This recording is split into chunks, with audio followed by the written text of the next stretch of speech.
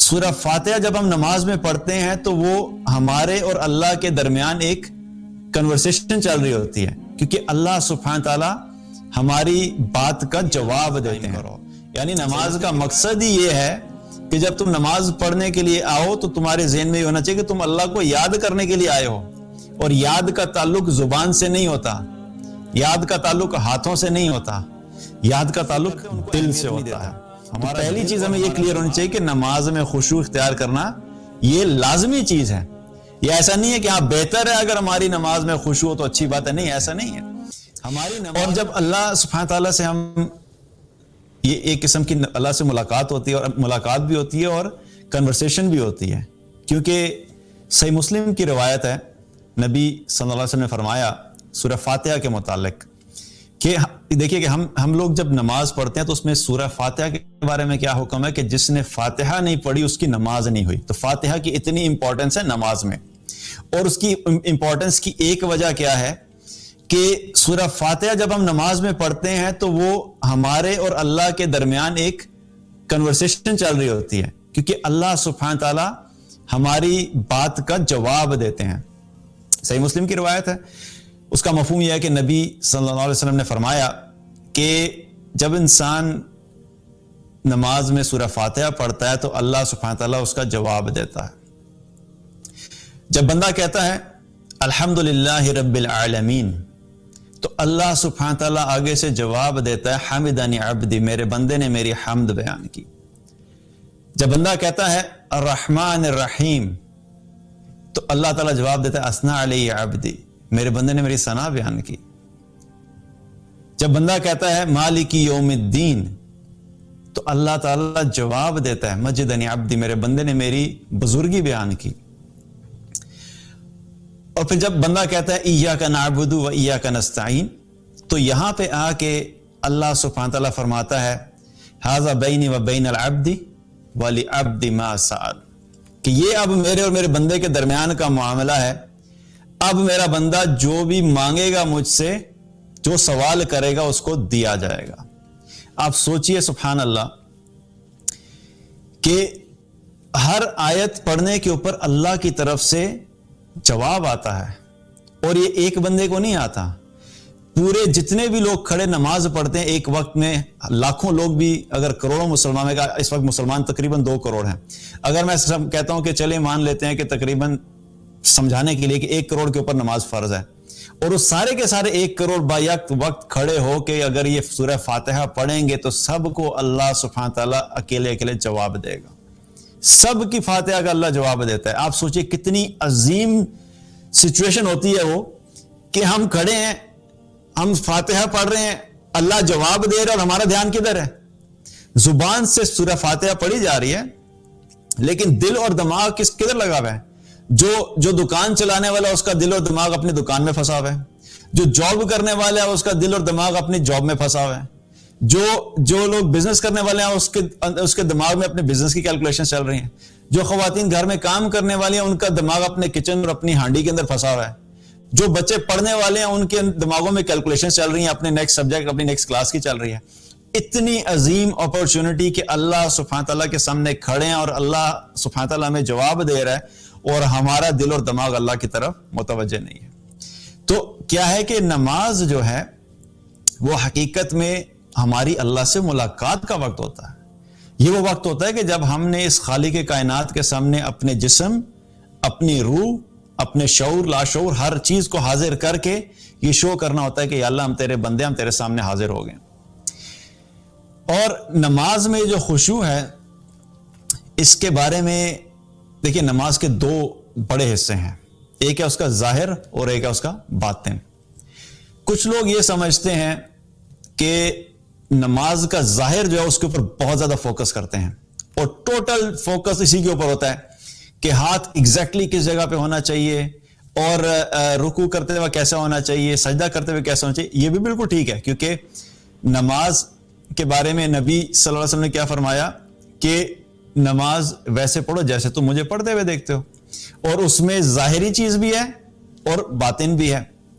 تو کئی دفعہ ہم ظاہر پہ بہت زیادہ فوکس کرتے ہیں اور اس کے باطن پہلو کو اگنور کر دیتے ہیں، اور کچھ لوگ ایسے ہیں وہ کہتے ہیں بھائی ظاہر سے کوئی اتنا فرق نہیں پڑتا، اصل چیز تمہارے دل کی کیفیت ہے، تمہارا دل اللہ کی طرف متوجہ ہونا چاہیے، بس دل میں اللہ کی یاد ہونی چاہیے. یہ ظاہری طور پہ تم نے جھک کے کر لیا، بیٹھ کے کر لیا، کھڑے ہو کے کر لیا، اس سے فرق نہیں پڑتا. تو یہ بھی غلط بات ہے، کیونکہ یاد رکھیے کہ رسول اللہ صلی اللہ علیہ وسلم جو تھے انہوں نے ہمیں نماز کے دونوں پہلو سکھائے، یعنی صحابہ کو سکھائے اور صحابہ سے ہم تک پہنچے کہ ظاہری طور پہ بھی کیسے پڑھنی ہے، اس کو بھی ہم نے سنت کے مطابق درست کرنا ہے، اور اس کا باطنی پہلو جو ہے اس کو بھی ہم نے درست کرنا ہے، تبھی ہماری نماز ہمارے لیے فائدہ مند ہوگی. اور نماز میں خشوع سے متعلق جو اہل علم ہے ان میں سے ایک رائے یہ ہے کہ یہ نماز کا لازمی حصہ ہے، یعنی وہ نماز جس میں اللہ کا دھیان نہیں ہے، خشوع نہیں ہے، تو وہ نماز ہی ناقص ہو گئی. تو اتنی اہمیت ہے نماز میں دھیان سے نماز پڑھنا اور اللہ کو یاد کرنا. اور دیکھا جائے تو اللہ سبحانہ تعالیٰ نے قرآن میں بھی اس چیز کا ذکر کیا.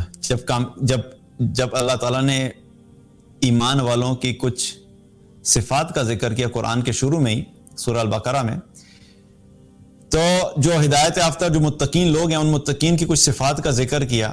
تو ان صفات میں سے ایک صفت کیا ہے؟ نماز قائم کرنے والے. الذین یؤمنون بالغیب ویقیمون الصلاۃ ومما رزقناہم ینفقون، کہ وہ لوگ ہیں جو کیا کرتے ہیں؟ نماز قائم کرنے والے ہیں. یہی لوگ ہیں جو متقی ہیں. تقوی والا ہونے کے لیے نماز کا ہونا ایک لازمی شرط ہے، اور یہ ان کی صفات میں سے ایک صفت ہے. اور پھر سورہ المؤمنون میں اللہ سبحانہ تعالیٰ نے صرف نماز قائم کرنے کا حکم نہیں دیا، بلکہ کامیابی کی جو شرائط بیان کی ان شرائط میں سے خشوع کو بھی ساتھ اٹیچ کر دیا. قد افلح المؤمنون الذین هم فی صلاتهم خاشعون، وہ ایمان والے کامیاب ہو گئے جو اپنی نمازوں میں خشوع اختیار کرتے ہیں، عاجزی اختیار کرتے ہیں، اللہ کو یاد کرتے ہیں. تو صرف نماز پڑھنے والے نہیں بلکہ نماز میں خشوع اختیار کرنے والے وہ فلاح پا گئے. اور اسی طریقے سے اللہ تعالیٰ نے سورہ طٰہٰ میں فرمایا وَأَقِمِ الصَّلَاةَ لِلذِّكْرِ، اور نماز قائم کرو میری یاد کے لیے، میری یاد کے لیے نماز قائم کرو. یعنی نماز کا مقصد ہی یہ ہے کہ جب تم نماز پڑھنے کے لیے آؤ تو تمہارے ذہن میں یہ ہونا چاہیے کہ تم اللہ کو یاد کرنے کے لیے آئے ہو. اور یاد کا تعلق زبان سے نہیں ہوتا، یاد کا تعلق ہاتھوں سے نہیں ہوتا، یاد کا تعلق دل سے ہوتا ہے. ہمارا دل اور ہمارا دماغ وہ بھی نماز میں اللہ کی طرف متوجہ ہو. تو اس لیے نماز میں خشوع اختیار کرنا یہ لازمی حصہ ہے. تو سب سے پہلی چیز تو ہمارے یہ ہمیں کلیئر ہونا چاہیے کہ یہ کوئی آپشنل چیز نہیں ہے، کیونکہ کئی دفعہ ایسا ہوتا ہے انسانی فطرت ہے، جو چیز اس کو لازم کہی جائے نا کہ یہ فرض ہے، اس کو پھر بھی وہ سیریس لے لیتا ہے. لیکن جس چیز کے بارے میں اس کے ذہن میں یہ ہو کہ یہ ایک نفل چیز ہے، یہ ایک آپشنل چیز ہے، یہ کر لو تو اچھی بات ہے، نہ کی تو کوئی فرق نہیں پڑتا، تو ایسی چیزوں کی طرف انسان کا ایٹیٹیوڈ کیا ہوتا ہے؟ وہ اس کو اگنور کرنا شروع کرتے ہیں، ان کو اہمیت نہیں دیتا. تو پہلی چیز ہمیں یہ کلیئر ہونی چاہیے کہ نماز میں خشوع اختیار کرنا یہ لازمی چیز ہے. یہ ایسا نہیں ہے کہ ہاں بہتر ہے اگر ہماری نماز میں خشوع ہو تو اچھی بات ہے، نہیں، ایسا نہیں ہے. ہماری نماز میں خشوع ہونا چاہیے، اس لیے ہمیں پہلی چیز ہمیں ذہن میں یہ کلیئر کریں، تبھی ہم اس کو بہتر کرنے کی کوشش کریں گے. نماز پڑھنے کے متعلق یا عبادات کے متعلق رسول اللہ صلی اللہ علیہ وسلم نے ایک بڑی زبردست بہت خوبصورت حدیث ہے کہ جو عبادت سے متعلق آپ صلی اللہ علیہ وسلم نے کیا فرمایا کہ آپ نے فرمایا کہ تم اللہ کی عبادت ایسے کرو کہ جیسے تم اللہ کو دیکھ رہے ہو، اور اگر تمہیں یہ درجہ حاصل نہیں ہے تو یہ درجہ تو تمہیں ضرور حاصل ہو کہ اللہ تمہیں دیکھ رہا ہے. تو عبادت کا مقصد کیا ہے کہ پہلی جو آئیڈیل سچویشن ہے وہ تو یہ ہے کہ ہمارے دل میں یہ احساس ہو کہ جیسے ہم اللہ کو دیکھ رہے ہیں، جیسے ہم اللہ کے سامنے کھڑے ہیں، کیونکہ یہ ایک قسم کی ہماری پریکٹس بھی ہے، کیونکہ ہم نے ایک دن تو اللہ کے سامنے کھڑے ہونا ہے، میدان محشر میں کھڑے ہونا ہے. اور جب میدان محشر میں اللہ کے سامنے کھڑے ہوں گے تو اس وقت یقین جانیے ہمارا دھیان کہیں اور نہیں جائے گا.